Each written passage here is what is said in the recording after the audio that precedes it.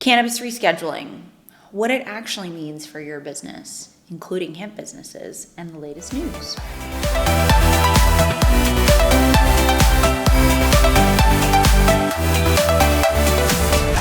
Hi, I'm Morgan Davis. I'm a health and wellness attorney based in Raleigh, North Carolina. Let's talk about how to keep your business protected and thriving. There's been a lot of conversation over the last several years about cannabis being rescheduled. President Biden said that they were going to reschedule cannabis. Didn't happen.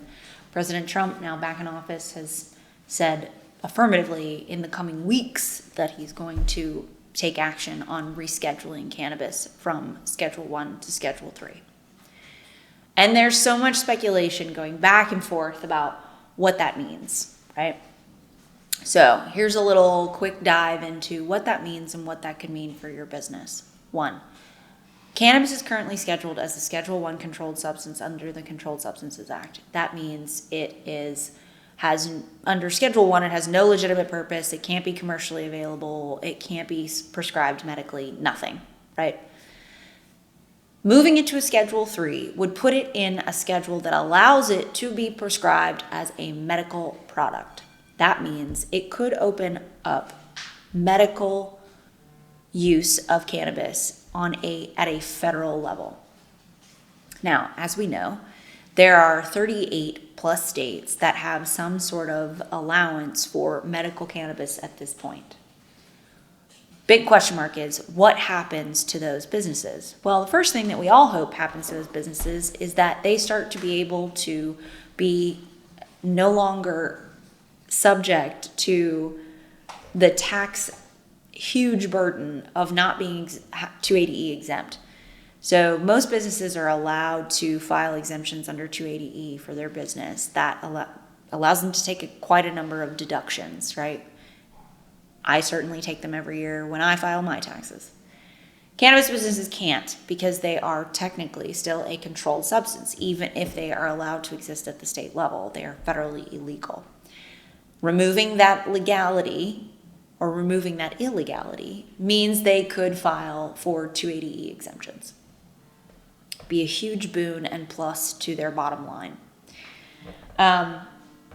It would also allow the potential for medical patients to be able to move from state to state with their prescribed medicine and not have to worry about criminal enforcement. Could also mean that they could move around the country and travel, say, visit their kids or visit their siblings and go and get their prescription from somewhere else, just like they can every other prescription they have, right? Research and medical use, it would open up the doors to allow cannabis to be researched in a huge way. Right now, the restrictions on its research is significant since it's a Schedule 1 substance. What it doesn't change, it's not full legalization. It doesn't open a pathway for adult use or recreational cannabis, right? That is not part of this. It does not clarify what will happen at the state by state level. Technically, states will retain their authority over their existing frameworks. Nobody really knows yet what the interplay then is going to be between federal regulations and federal framework and state framework.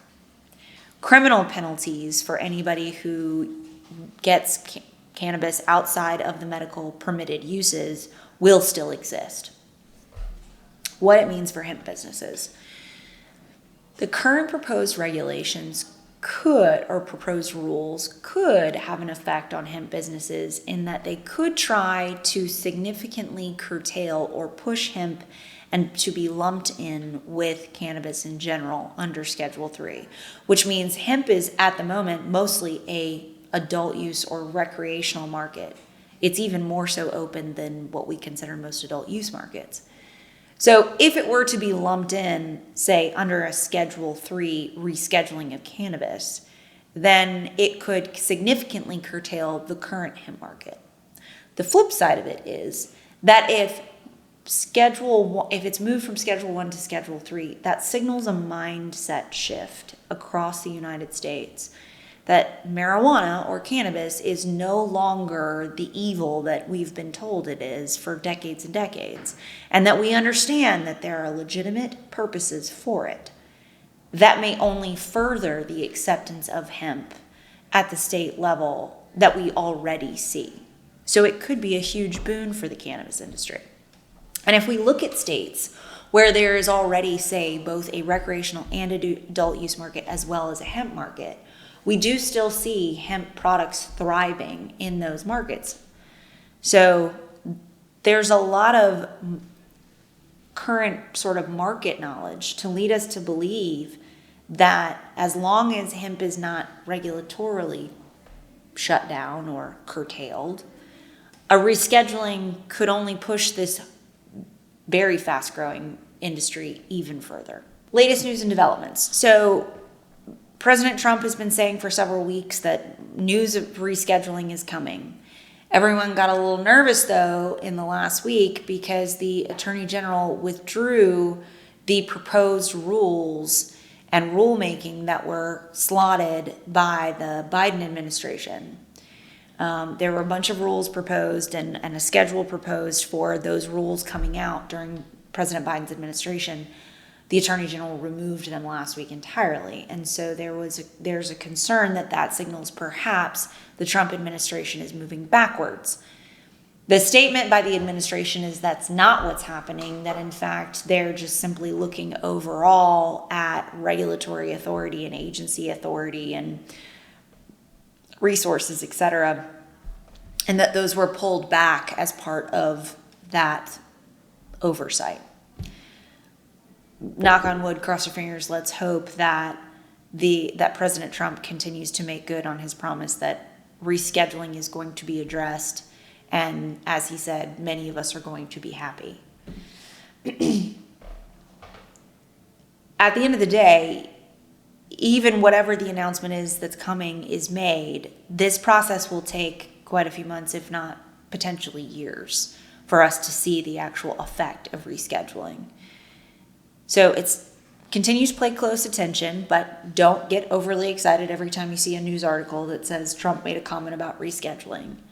But it's in the air, guys, and so seems to be occurring. It does not mean the end of the adult use market on a state-by-state basis. It does not mean the end of the medical market on a state-by-state basis. And it certainly doesn't mean the end of the hemp market. We have lots of other things to be worried about right now.